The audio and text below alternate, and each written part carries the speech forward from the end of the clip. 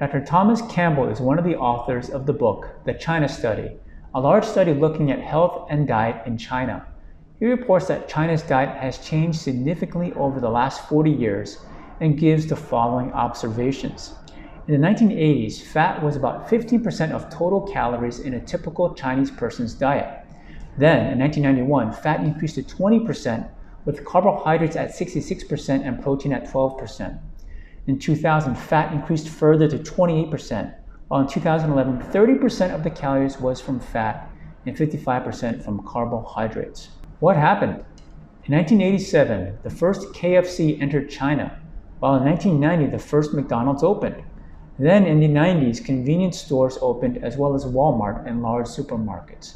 The biggest two changes in diet were an increase in the use of cooking oil and a dietary increase in animal sources of food, such as pork.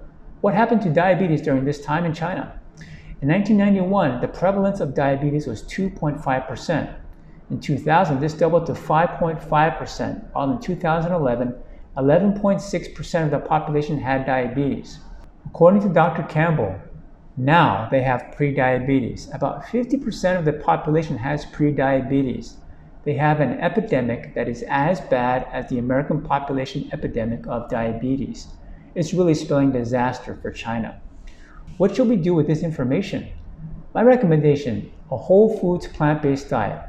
Whole foods means not using cooking oil and avoiding processed foods such as meat substitutes. Instead, one eats food in its natural state. Plant-based is basically eating fruits, vegetables, legumes, and grains.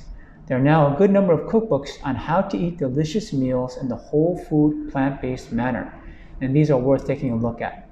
See you next episode.